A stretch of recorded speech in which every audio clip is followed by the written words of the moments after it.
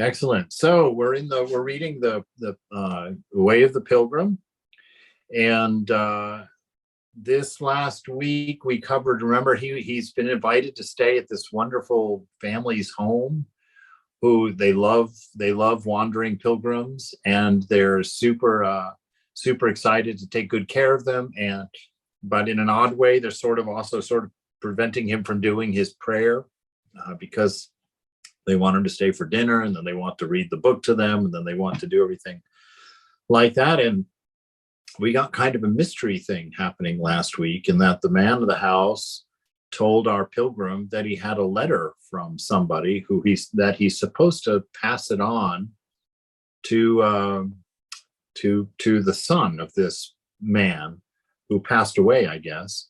And but we don't know exactly who it is, but it's a very sweet letter. And we read it last week. I think we'll go ahead and read it now, just to kind of have a good anchor to start off from. So this is a letter from another pilgrim that stayed at an earlier time at this family's home that our current pilgrim is staying at right now. And in confidence, this letter was given to him, and he's reading it. And it says, "My dearest son, it is 15 years now since you saw your father. But though you have not had any news of him, he has from time to time found means to hear of you and cherished a father's love for you. That love impels him to send you these few lines from his deathbed. May they be a lifelong lesson to you. You know how I suffered for my careless and thoughtless life, but you do not know how I have been blessed in my unknown pilgrimage and filled with joy in the fruits of repentance.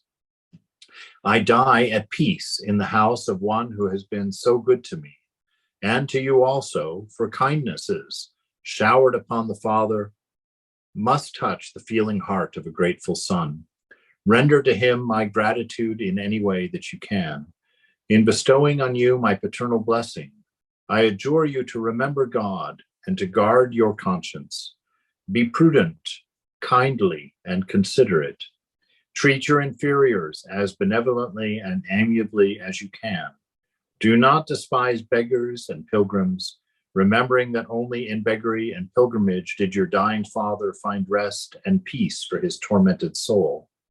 I invoke God's blessing upon you and calmly close my eyes in hope of life eternal, through the mercy of the great intercessor for men, our Lord Jesus Christ, your Father."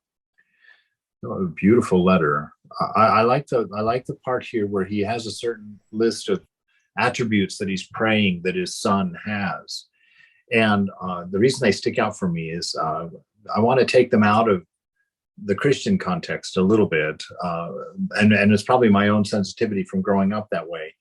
Because within that Christian environment growing up, it was always to act like something, to imitate Christ, as it were, to tailor your actions to be a certain way. But I really like to bring in that Vedantic ideal that these are what you are by nature, that these are traits of the image of God, that the Christian tradition talks about God putting in you at your creation when he formed you, that he put his own image into your heart, into your very center of being. And in the Vedanta, we're just trying to remove our misunderstandings about who and what we are, and to remove the habits and bad karmas that we've accumulated based on what we thought we were, not knowing who we are. And so this return to knowing ourselves would naturally make us, oh, excuse me. That's happening all the time. It's hilarious. Anyway, so he's saying here that here they are. They are boom, boom, boom, boom. Where they were? Oh, be prudent. Which means observe and think before you act. Right? Don't just jump in and do something. Make sure you consider it. Swami Prabhupada was one of the most prudent men I've ever met in my life. Just a constant man of discernment He would never act in the moment or never do something rashly or spontaneously. And he would never accept a suggestion to do something until he had taken it to mother, in the tradition of Brahmananda, who said that he never acted out of on his own, that he always went to God. And the brahmachari, as I've told the story before, the brahmachari who was there said, yeah, sure, you do that, but how do you know it's God? Isn't it just you in your own mind deciding that it's all right to do, and then you kind of give credit to God? And Brahmananda, it says, got a very grave look on his face and looked at the young brahmachari directly in the eye, and he said to him, no, truly I tell you, I do not move until I hear from God personally that it is the right thing to do. And when I read that, I mean, I lost my teeth. I was like, oh my God, that is so intense. I was like, I loved it because it blew the barn door off of my limited idea of God and of prayer. And I thought, what an amazing dedication, that if you truly wait on the Lord, if you truly wait for God to answer, and you truly mean it when you ask for direction or permission, that in fact it's possible that you can have that kind of relationship with God. And so these attributes here, this prudence, this careful moving, not acting ever out of just a whim, but always thinking carefully about its implications on you. Swami Prabhupada was very protective of the monastery. He didn't want it to collect karma so that it would have to just keep doing things unless those things were deeply meaningful and deeply appropriate for the monastery to be involved in. And so we should think that way in our life, before you make a big purchase, or before you decide to change careers, or before you decide to move, or, before you decide even to throw a big event of some kind. All these things should be very carefully considered, to think about what karma, what responsibilities, what obligations are you inviting on yourself by doing any of those things, and making sure that it's in line with the purpose of your life, which is your realization, and not a distraction that's going to actually take your mind and time away from being able to do your practice, or to keep your mind silent, keep your mind calm. What page are we on, Swami? We're on page 68 and 69 in this book. I don't know. Anybody have this one? It's what chapter? 82. 82. 82. Okay, thank you so much. It's the letter he's reading from. Yeah. Okay, cool. Thank you. All right. So that prudence, and then what was the other ones here? Be prudent, kindly. That's an easy one. Just be kind. Don't be mean. Be considerate. Consider how your actions are being received by the person that you're acting toward or being toward. Right? Consider it. Treat your inferiors as benevolently and amiably as you can. If you can find anybody inferior, that would probably be one thing we might take a little bit of issue with, that view of somebody as inferior, especially after having read this morning Sri Nisargadatta Maharaj saying, no, there's no one inferior to me. It's your own idea that makes somebody inferior or superior to you, that you should not, that's a meaningless thing. That's just one of those brain farts. Oh, that person's superior. It's just a thought. They may have spent more time working on something or mastering something, but that's not a sign of a superiority or inferiority. I think Thakur would say that the superior person is the person that loves, that is dedicated to an equanimous love for everyone. Do not despise beggars. That's a very good one these days. Don't despise beggars and pilgrims. Of course, we don't have many pilgrims wandering here in this country. But in India, you run into that quite a bit. And in India, if you're a pilgrim wandering, people take care of you. They'll let you into their home. They'll give you a place to stay. They'll give you food, provide for your needs. It's quite a beautiful tradition. Remembering that only in beggary and pilgrimage did your dying father find rest and peace for his tormented soul. And then he invokes God's blessing on him. So this is how holy people interact. Just naturally wanting the best for everyone. Naturally just wishing, well-wishing, going around well-wishing. I had somebody mention that as a practice. I knew a brother.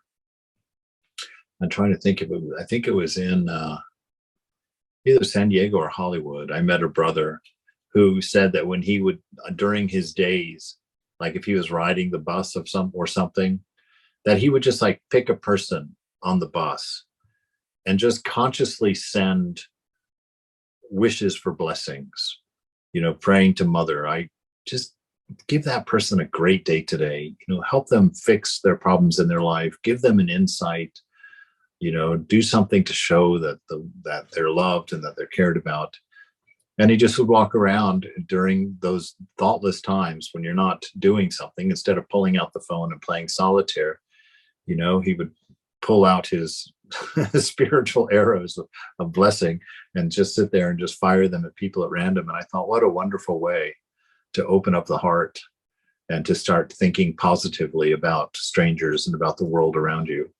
And I can only imagine how that would develop. As I'm thinking about it, I'm going to commit myself to doing that myself, because I think that would really bleed in and help us get rid of some of our delusions about things, to become that kind of person. Wonderful. All right, so now our pilgrim has read the letter, and now he's talking some more with his host. He says, "Thus my host and I lay and chatted together, and in my turn I put a question to him. I suppose you are not without worries and bothers with this guest house of yours. Of course, there are quite a lot of our Pilgrim Brotherhood who take to the life because they have nothing to do, or even from sheer laziness. And sometimes they do a little thieving on the road. I've seen it myself." So he's talking about other pilgrims, about monks. And actually, it's true. We have to be honest about that. Monks are people too. Pilgrims are people too. And certainly Vivekananda said that it had been a problem at the time that he formed the order of Ramakrishna, that he put a lot of rules in there to kind of distinguish that from monks, from that reputation of monastics. Like he requires to join the order that you have a degree, a college degree, because he didn't want, the monks in India at that time had garnered the reputation of not being able to do anything else. If you were a good for nothing, you became a wandering monk, a wandering sadhu, and you could live off of begging and like that. So he said, no, to join the order, you'll have to be a college graduate. And then he said, you have to be under 30, in India. And in the West, you have to be under 35, because he didn't want people just joining as a retirement plan, to take advantage of it. And so, these are things that he tried to take care of when he put the order together. And so there is definitely that issue. And so it's good to not be starry-eyed about swamis. Be starry-eyed about God and see God in those swamis. But don't be starry-eyed about swamis, about personalities, about priests or gurus or teachers. We all have one guru and one teacher, and that's our internal guru. That's the true teacher, the divine, right? And the face that many of us give it is Sri Ramakrishna. But that face could be Buddha or beloved mother or Jesus or any of those. So those are our ideals. That's the ultimate source of our teaching. When I joined the order, I had to change gurus because my first guru was a woman, and it wasn't proper within the context of what I was doing to become a monk of the Ramakrishna order with a woman guru, not because she was a woman, but because she was a nun and she lived at Shardamat. And if she was my guru, I would have rights to go to Shardamat and to take her blessing or to talk to her. And that would be a big violation for a sannyasin to enter a convent, would be a big to do in India. And so, and Vivekananda also said he wanted no crossover between the men's order and the women's order. And so in interest of taking care of that, they asked me to take initiation again from Swami Ranganathananda. This was when I was first starting, my path. And I really didn't know all of the ins and outs. So I was kind of nervous, and I went to India, and I went to my guru at Sharda Math and asked her, is it okay? That's what I was told to do, actually, by Swami Ranganathanandaji, is to make sure that my guru was fine with that. And so when I went and told her that they wanted me to take a new initiation, she laughed. She took a good humor toward it, and she says, of course, I'll bless that. She says, you must know, certainly you must know, there is only one guru, and that is Sri Ramakrishna. And all of us who are gurus here are just faces for him to talk to you. And so you can choose the face that you like, but your guru will never change. And I thought that was such a cool ideal. And I held on to that. And, it's in the Bible, too. In the New Testament, at one of the churches, there's big arguments, where people are becoming proud of who baptized them. Oh, I'm of Peter. Oh, I'm of Paul. And Paul really just gives it to them. He says, we are all of Christ. What is this? One of Paul and one of such and such. So don't identify yourself with human beings. Identify yourself with the divine. You'll save yourself a lot of headache, because quite often our human gurus will fail us in some way or another. And sometimes that will get mixed up with our own ego, and we'll drop our entire spiritual life and judge the entire religion based on a person's bad mistake or a move, or some part of them that wasn't ripe. And so keep your eyes on God, keep your eyes on the beloved. And as you move through spiritual life, do it in prayer. Do it in prayer. Always be looking to God for guidance and for understanding. That inner voice, and just in saying that, there's a side note in that when you do those prayers, to hear the response, you have to silence the ego. The ego is composed of thinking, and so silence the mind and place your prayer before the Lord, and in silence sit and wait for an answer. And that's how you will hear it, is with a silent mind. If the mind has not yet gone silent, you've not yet had that level of discipline or that level of practice. That's why we have earthly gurus, so that you can go to your guru for advice, to another face of the divine that you can have access to, until you have quieted the mind within and can hear the inner guru, can know the inner guru. All right, so he's asking me, have you had any trouble here with pilgrims staying in your house? I mean, some of them are outright thieves. And the man says, oh, well, there have not been many cases of that sort, was the answer. We have, for the most part, always come across genuine pilgrims. And if we do get the other sort, well, we welcome them all the more kindly, and we try even harder to get them to stay with us.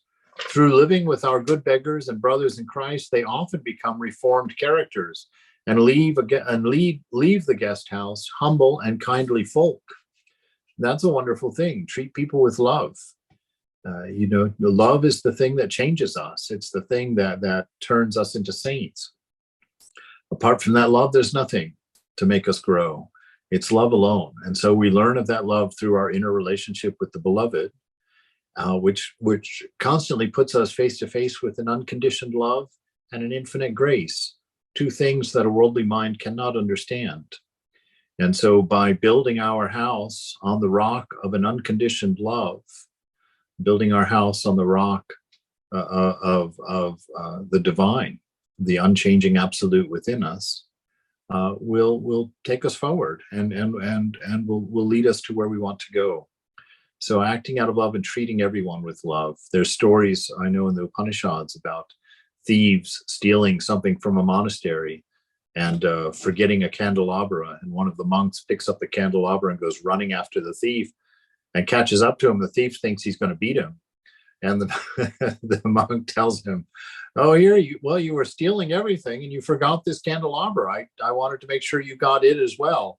So he chased him down to give him more stuff instead of clobbering him. So to have that kind of heart, that has to be sincere. Don't do that without sincerity, because then you'll just manifest some resentment inside. So know yourself, know where you're at.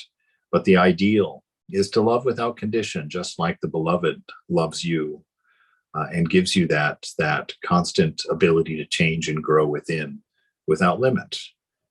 There's no limit to that. So often these bad pilgrims will leave the house as humble and kindly folk. Why, there was a case of that sort not so long ago. He was a man belonging to the lower middle class of our town here, and he went so thoroughly to the bad that it came to the point of everybody driving him away from their doors with a stick and refusing to give him even a crust of bread. He was drunken, quarrelsome, a bully, and what more, he stole.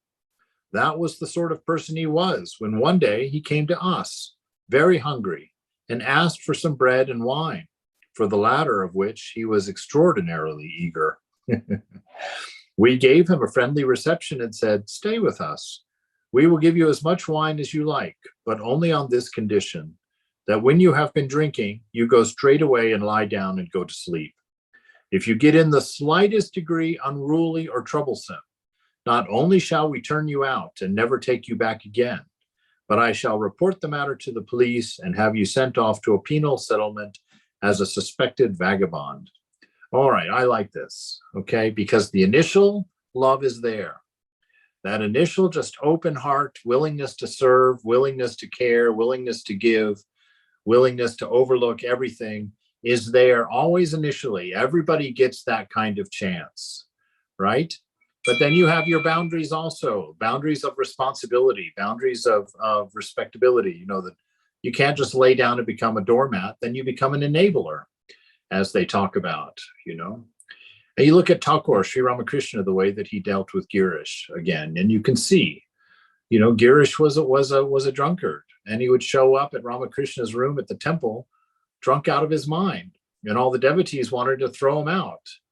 But Ramakrishna scolded them and says, you cannot see what I can see in him. I see the Lord in there, and I know that the Lord will express. And so Sri Ramakrishna welcomed him his whole life. And even that time he forgot his bottle of wine in the taxi cab, Ramakrishna sends one of the boys out saying, Girish came in here without a bottle. He must have forgotten it. Go see if it's still in the cab. And so the boy ran out, and sure enough, it was still in the cab. And so he brings it back and he gives it back to Girish, and Girish ultimately becomes a saint. But it's through love that these things happen. I always like to remind us, Ramakrishna never told Girish he needed to stop drinking, because every drunkard knows he needs to stop drinking. Everybody knows that. We all of us know our vices. We may hide them, we may not think about them, we don't want people to talk about them, but all of us know our own inner self. Right? We don't need to be told about it. What we need, what everybody needs from you is love, is your love. And so our effort is to always get our ego out of the way, so that image of God, which is perfect love, can show equanimously through us without the tit for tat of a mercantile love, which is what the world is engaged in. I'll love you if you love me. I'll invite you to my party if you invite me to yours.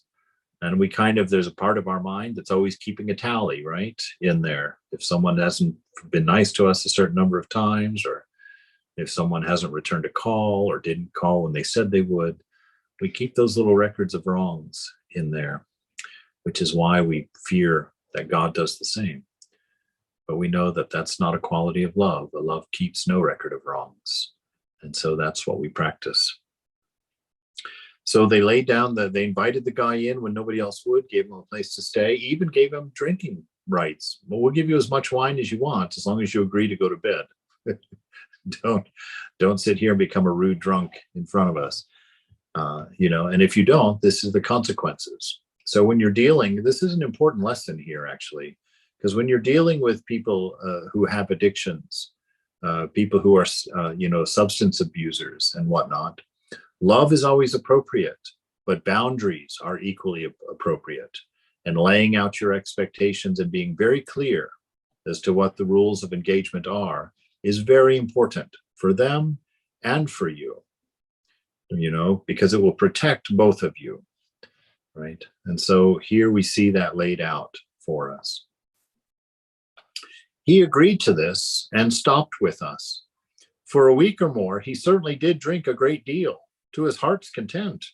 But because of his promise and because of his attachment to the wine, which he was afraid of being deprived of, he always lay down to sleep afterward, or took himself off to the kitchen garden and lay down there quietly enough.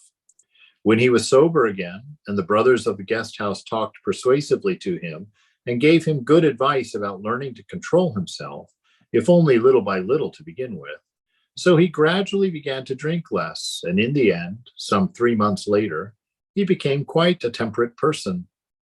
He was taken a situation somewhere now and no longer needs the futile life of dependence on others' charity. The day before yesterday, he came here to thank me. Right? So a beautiful success story, to not give up on people, but to hold them accountable at the same time. And if they have enough, some good samskaras in there, if they have enough self in there that's present, that can grow and they can change, because no one is a bad person. No one's an evil person. All of us are the image of God.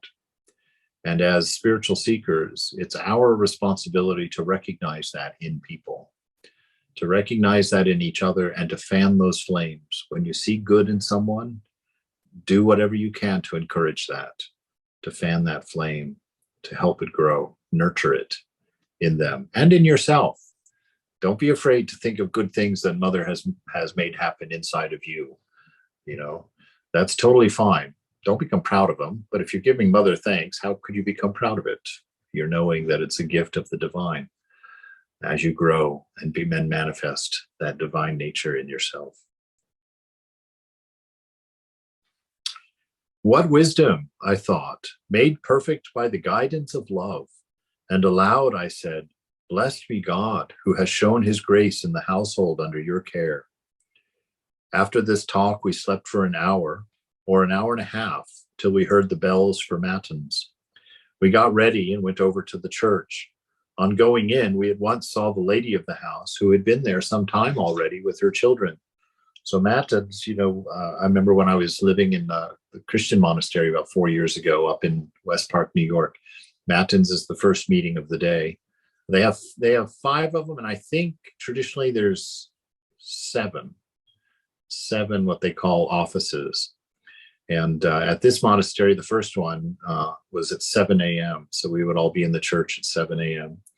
And then there was another one like at 10, and then there was one at noon, and then there was one at 6 and one at 8. And traditionally, I think there's one at 10 and midnight as well, or midnight and 2. Anyway, there's 2 of them in the night that the monastery I was a part of very graciously had decided they would not do. They wouldn't do the ones in the middle of the night. So, but they did the 5 during the day, and it was just chanting. Each one of them had a little bit of a different, influence, or what do you call that? When you emphasis, a different emphasis. Like one of them would be all chanting. All the chanting was from the Psalms. And then they also did some singing at some of them. They did some scripture reading at some of them. One of them, the one at 10, was a mass. So they would do their ritual with taking the Lord's Supper. And I found it wonderful. I really did. It was, at first, it was quite hard, because almost every 2 hours, you're constantly having to turn around and go back into the church for half hour or 40 minutes.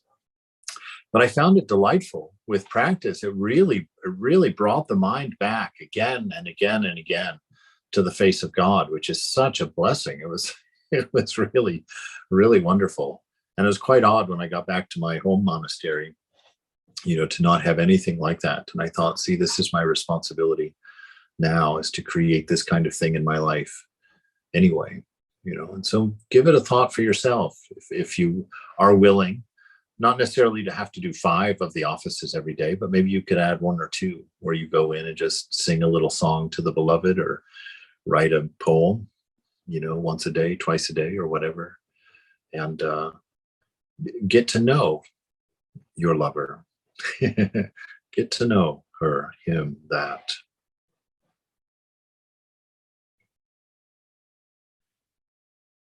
We got ready and went over to the church, and on going, we at once saw that the lady of the house, who had been there some time already with her children, which is quite wonderful. She was there before she had to be for matins, nonetheless, which probably in the Orthodox tradition was probably around 5 o'clock in the morning.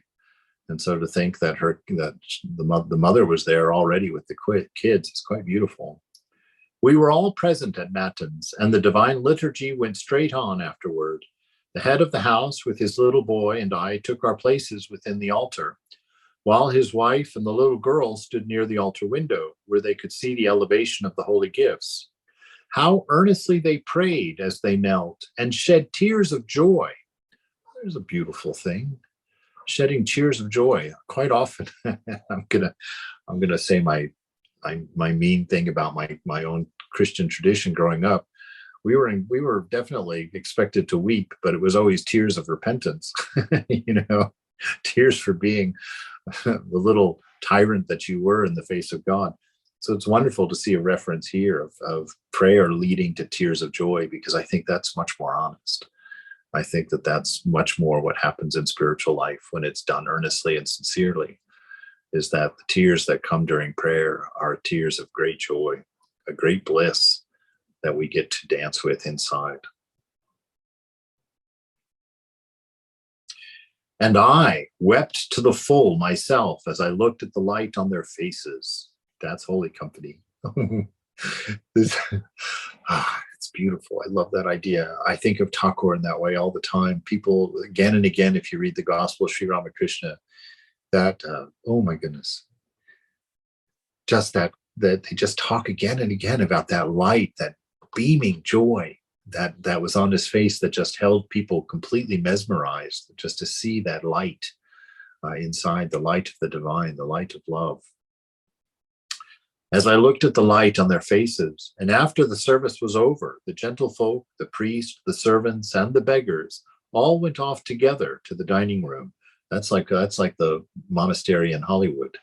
Everybody goes and eats in the dining room.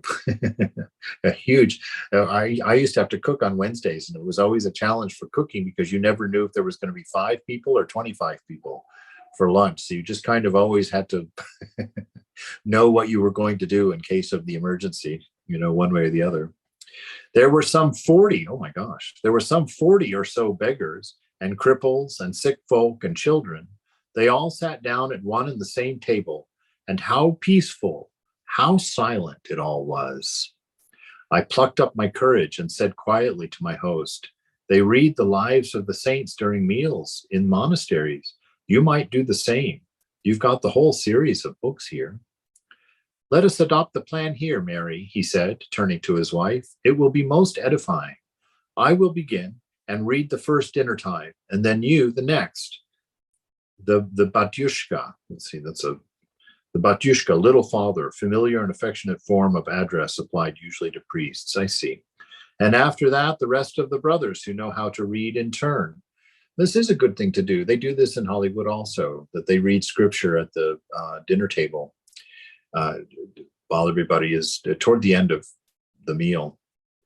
And in Belur the headquarters in Calcutta of the order, when the monks, all the brahmacharis, the novices, one of their duties, it happens, I think it was at 6:30 in the morning or something, we had to chop the vegetables for the lunch. And so, they feed they feed 400 or 500 people every day at Belur. And so we would all cut vegetables. And it was fascinating, because we would actually sit on the floor, and the knives, they had a plank that was probably about 18 inches long. And sticking up on the end was the knife blade, this curled knife blade that kind of came up and then curved in a little loop at the end of it. And you would cut by sitting on the board, so that the knife would be coming up in front of your ankles as you sat there cross-legged. And you would take the vegetables and push them against the knife to cut them, to slice them up. And you would just leave them on the floor as a big cement floor, which is something I never understood, because the floor in India, feet on the floor is considered so impure. And here, when we cut vegetables, we would just cut them and leave them right there on the floor. But in the middle of the room, on a very high stool, the stool was, I don't know, probably 4 feet high or so, one of the brahmacharis would sit there and read from the Upanishads or from the Gita or from some holy text, while the rest of us for the hour and a half would sit there and cut vegetables to get them ready for lunch. And it is divine. It's a wonderful, wonderful thing to eat and to hear scripture being read at the same time. It's a wonderful habit, a really good thing to do, for sure. The priest began to talk and to eat at the same time. I like listening, but as for reading, well, with all respect, I should like to be let off of that. You have no idea what a whirl I live in, and when I get home, worries and jobs of all sorts. First, one thing has to be done, and then another has to be done. What with a host of children and animals bringing into the bargain, my whole day is filled up with things to do. There's no time for reading or study. I've long ago forgotten even what I learned at the seminary. Oh, even at the seminary. I shuddered as I heard this, but our hostess, who was sitting near me, took my hand and said, "But Yushka talks like that because he is so humble. He always makes little of himself, but he is really a man of most kindly and saintly life. He has been a widower for the last 20 years, and in bringing up a whole family of grandchildren. For all that, he holds services very frequently." At these words, there came into my mind the following saying from Nicetas Stretatus in the Philokalia. Okay, so next week I'll look for that writing in the Philokalia for us, and we'll read it. This is the quote he's referring to. The nature of things is judged by the inward disposition of the soul. That is, a man gets his ideas about his neighbors from what he himself is. Ooh, anybody remember who else says that?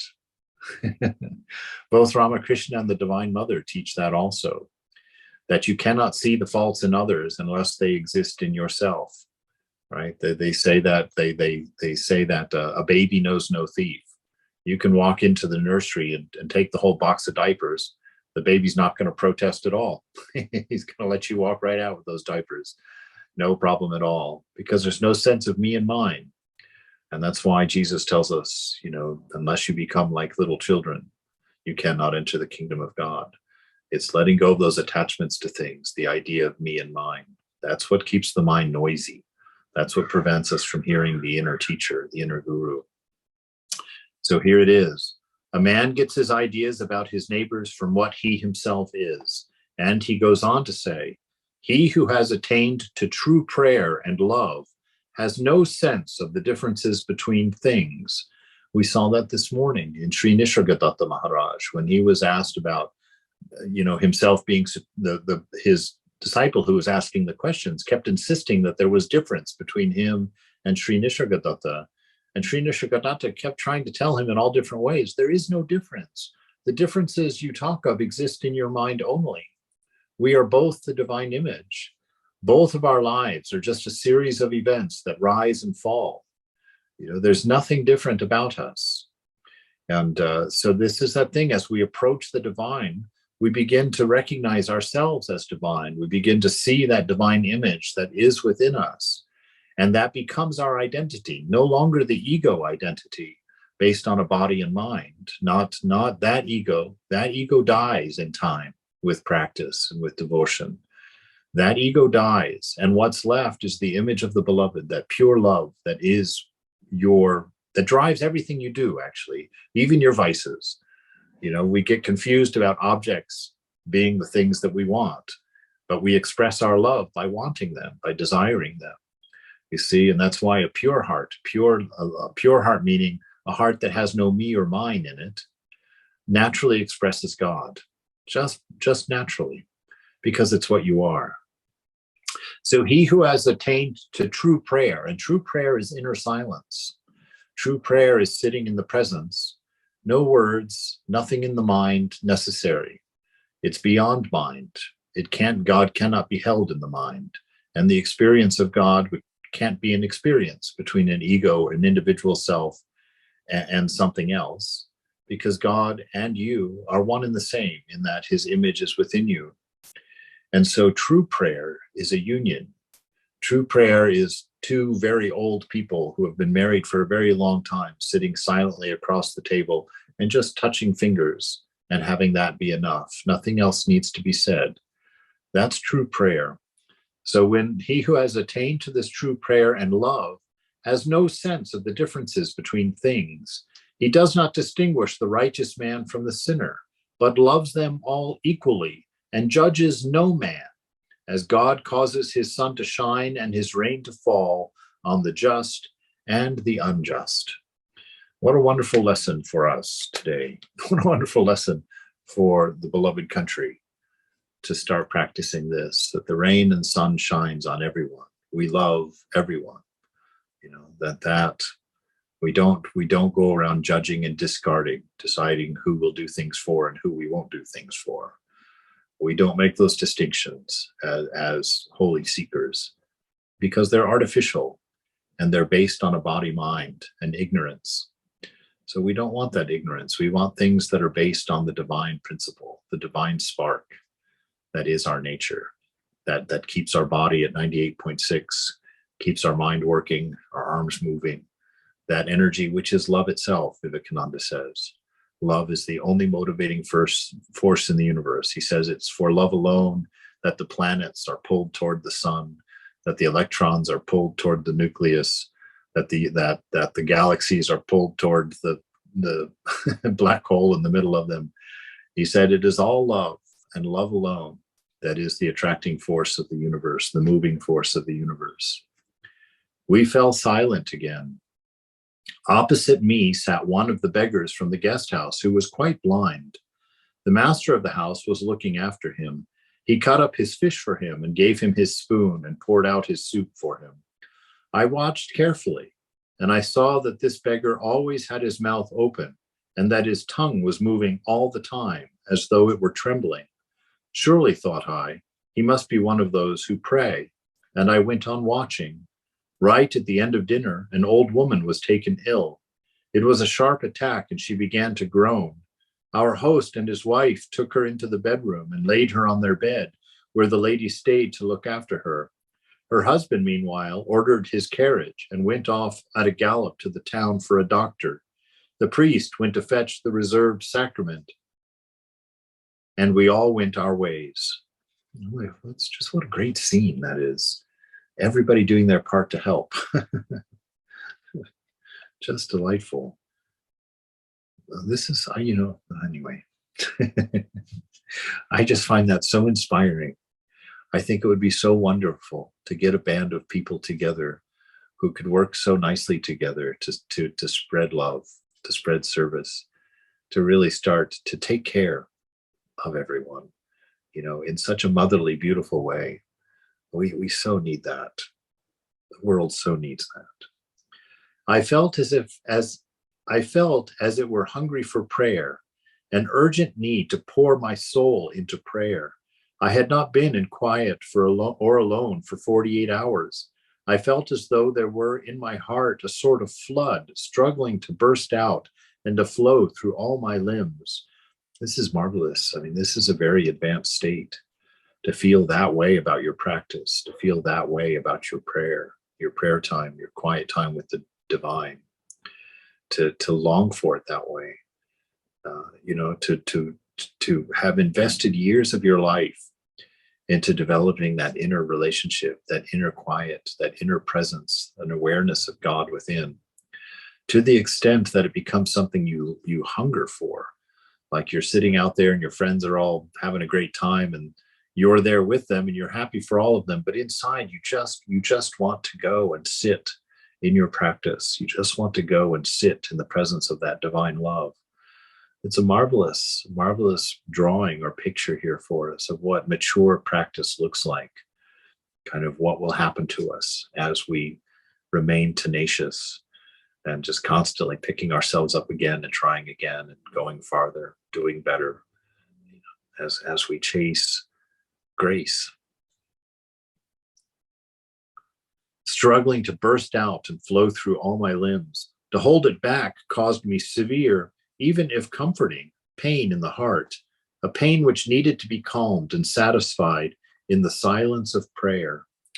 And now I saw why those who really practice interior self-acting prayer have fled from the company of men and hidden themselves in unknown places, like the Himalayas.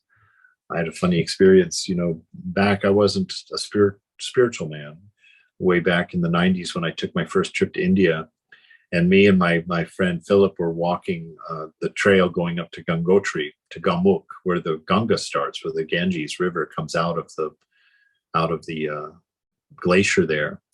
And on the way up, we saw this little handwritten sign that pointed down the hill on this path, and it said Guruji.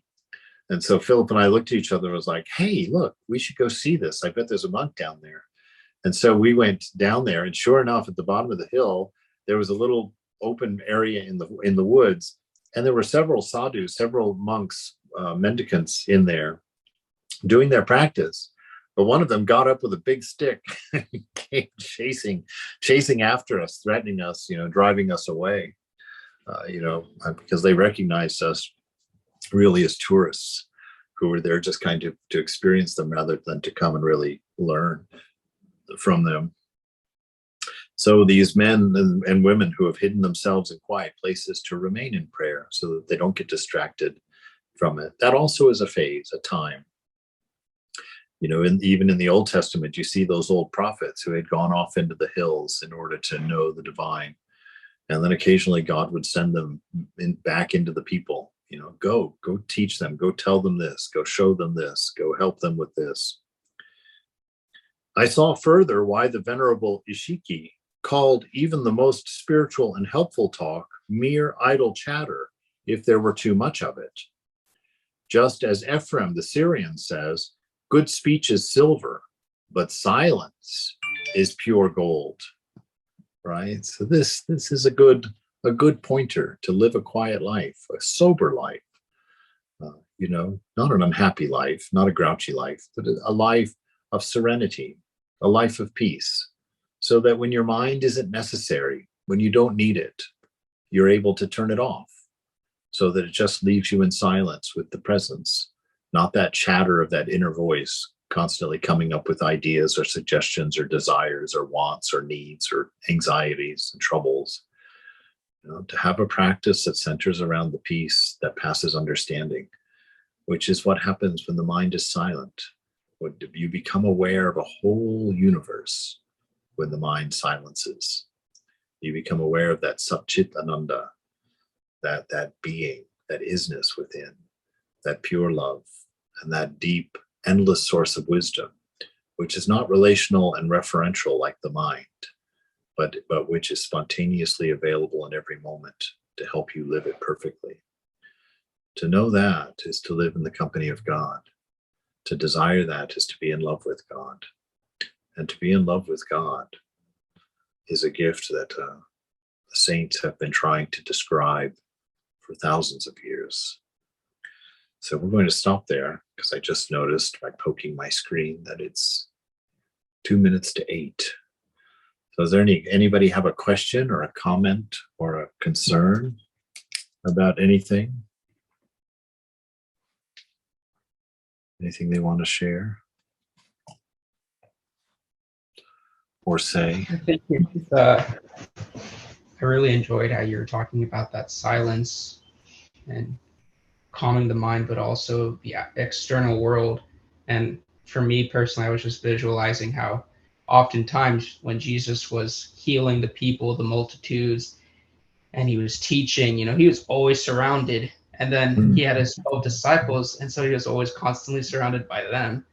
But he would still take time early in the morning or late at night where he would just go up in the hills or in the desert and pray. Yes, absolutely right. Yeah, it's funny because he doesn't often say it, but you often find him coming back from it or heading off to it. That whole temptation with Satan happened in the desert with no one else around. The Garden of Gethsemane, where he went regularly to pray. And the night before his crucifixion, he went and really poured his heart out there. But yeah, the silence of the mind, it's in the world's oldest scripture, the Rig Veda, it says there that the body is the temple of God.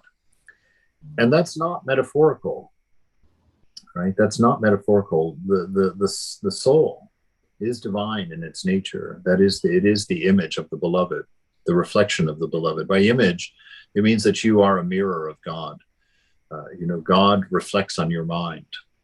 Consciousness reflects on your mind, and you see the world. But the world is actually the reflection of God, seen through ignorance, right? Seen through an ego perspective. So that soul, you, the self of yourself, that you that has no me or mine, that you that is the isness of being, the source of love and the source of wisdom, is the presence of God, and it lives in the body as the soul. And so your body is literally a temple. And so you walk into a temple, in India, you'll find quite often. And here, I remember when I walked into the Vatican for the first time, that sense of holiness, that sense of awe. I've never been Catholic. And I didn't have that much of that kind of awareness of the divine at the time that I went to the Vatican, which was probably in the early 90s. But I remember saying to my friend when I came out, I said, God, that's the first building I've ever been in where I felt like I wanted to go to my knees. That was the first time.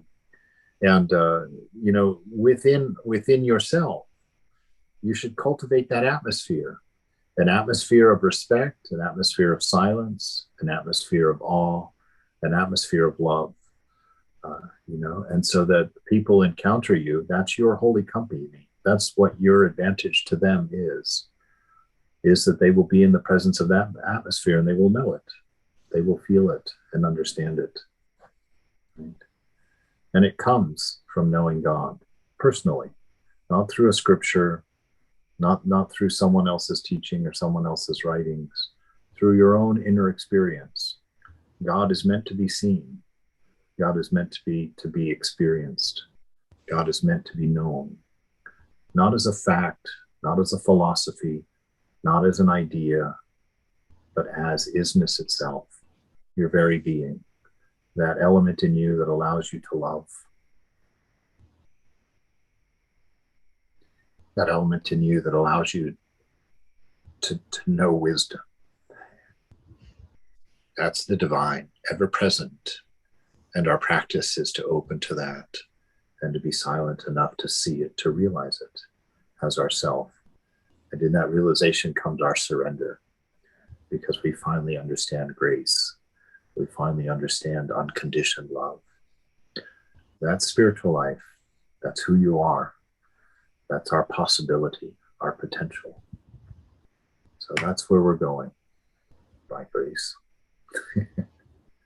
Yeah, I really liked that the comment you made about the importance of silent prayer and just taking time out of your day, because it's easy to get lost in the world. It really is, especially with all these different things that you may make time for. But it's much more important to make that time for God, to just, have a quiet time where you're just with God. You're not having other thoughts come in. And that's why it's good to silence your phone, put it in a different room, have no distractions. And so that's why I really enjoyed listening to that, because it's definitely something that I'm trying to grow more in my own life and do that more often. So I really appreciate it. Bless you on that. Yes, indeed. No, that's exactly right. Because really our ideal is that life becomes practice. Life becomes our practice of silence, our practice of the remembrance. But until then, we certainly should at least take, well, ideally we should, I don't like to put forward things like that because we all do it as we do it. But we should have at least 3 times a day. One at the confluence of day and night, Holy Mother says that at the confluence of day and night, the world is naturally still, naturally quieted, and the mind is too. So she says, in the morning when the sun is rising is a good time to do it.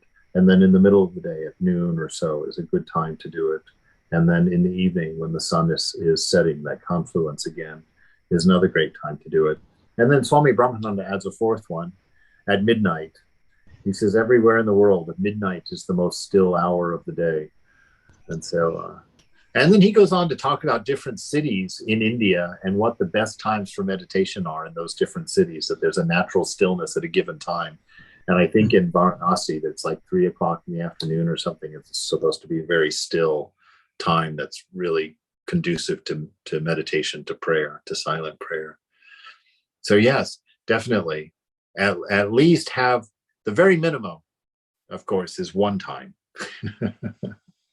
And that one time should be at least 2 minutes long. Believe it or not, Mother can work with that. If you start with 2 minutes and you just make those 2 minutes the best 2 minutes you can make them, Mother will move in, the divine God will move in. And it's like the camel's nose in the tent. Anybody know that story? That apparently it's a true thing, that the camel will want to put its head in the tent with his owner, but that he won't stop there. He'll just keep inching in and keep inching in and keep inching in until pretty soon the whole camel's in the tent and there's no room for it anymore. And so Mother's, the divine is like that. You give him 2 minutes once a day. You think you're safe. You think you think you can keep things under control at 2 minutes a day. I promise you that'll be the nose of the camel coming into your life. It won't be long till your life is full of the beloved, full of the divine. It's the nature of love. It can't be stopped. So give it any time you want, no matter how small it is. Just give it a time that you can do every day.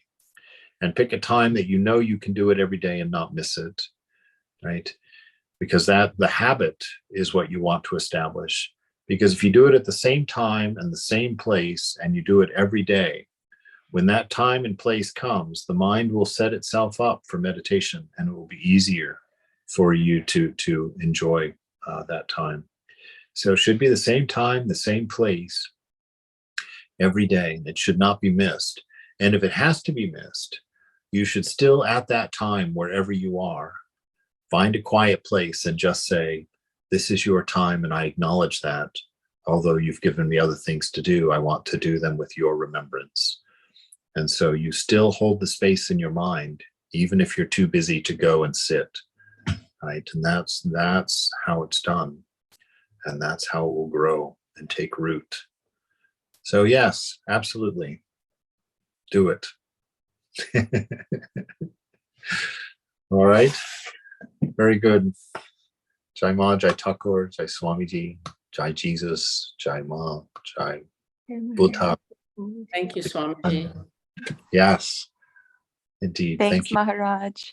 Indeed. Take care, everybody. Yes, be well. Good night. Well.